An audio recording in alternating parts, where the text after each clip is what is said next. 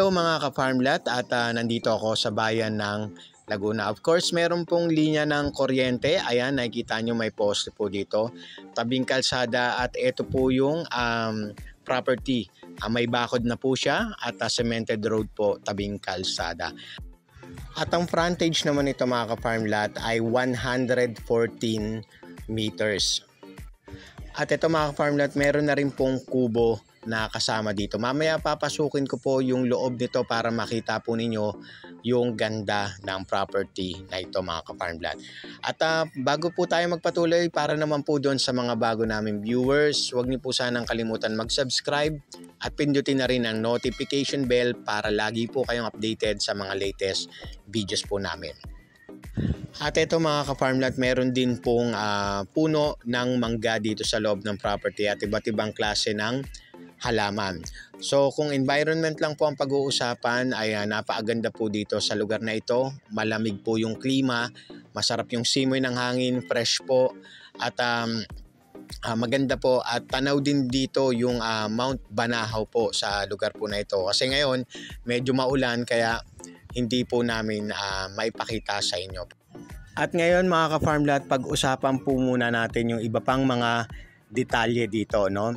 Then yun nga po, malapit po ito sa Caliraya Lake and Mount Banahaw View. Yan. Then along Concrete Barangay Road, 1,250 meters from the provincial road. Doon po yan sa may unahan. Then yung frontage naman po, ulitin ko, 114 meters frontage po with bamboo perimeter fence. Yung nakita nyo po kanina, no? May bakod na rin po siya. Then of course meron pong access ng electricity dito, tubig at internet connection. So maganda po yung kahit po yung data ang gamit natin dito is maganda po yung access po ano. Then meron din po mga iba't ibang klase po dito nung yung tinatawag na fruit bearing plants, no, dito sa loob ng property. Then develop na rin naman po ito mga ka-farmlat ano. At meron din po itong relocated with topographic survey and concrete marker. So complete documents po ito mga ka-farmlat at updated po yung tax niya. At pag-usapan natin yung distansya naman po ano, from Metro Manila hanggang dito po ay nasa 2.5 hours lang po. O sabihin na natin 3 hours kasama na po yung traffic dyan sa Metro Manila. Then, of course, tahimik nga po dito yung peaceful community and relaxing environment. Then, ang maganda dito sa property na ito mga ka-farmlat ay pre-title transfer na po siya. Yun po ang ano. At yung total area naman ito ay nasa 8,394 square meter. So, titulado ito mga ka-farmlat. Wala po kayong problemahin sa documents dahil direkta po kami sa may-ari nito. So, kung gusto po ninyo at makausap, pwede namin pong ibigay sa inyo. Then, yung price naman po nito mga ka-farmlat ay nasa 2,800 per square meter.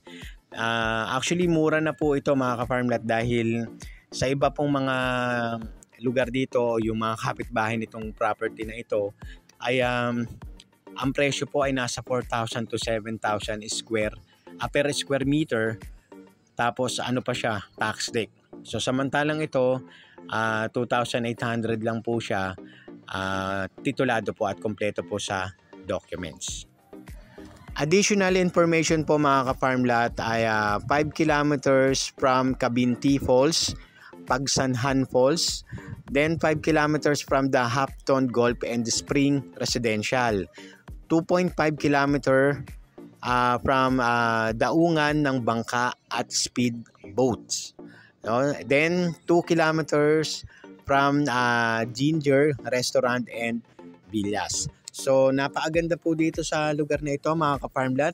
Ano pang inaantay ninyo? Tumawag lang po kayo sa mga numerong naka-flash dyan sa inyong mga screen at mag-set na po tayo ng inyong tripping para makita nyo na po ang ganda ng property na ito. Yun po mga ka-farmlat, maraming salamat po sa inyo at ingat po kayong palagi. Have a nice day. Muli ito si Jem, ang inyong tagapaglingkod at tagapagbalita ng magagandang property. Maraming salamat po muli sa inyo.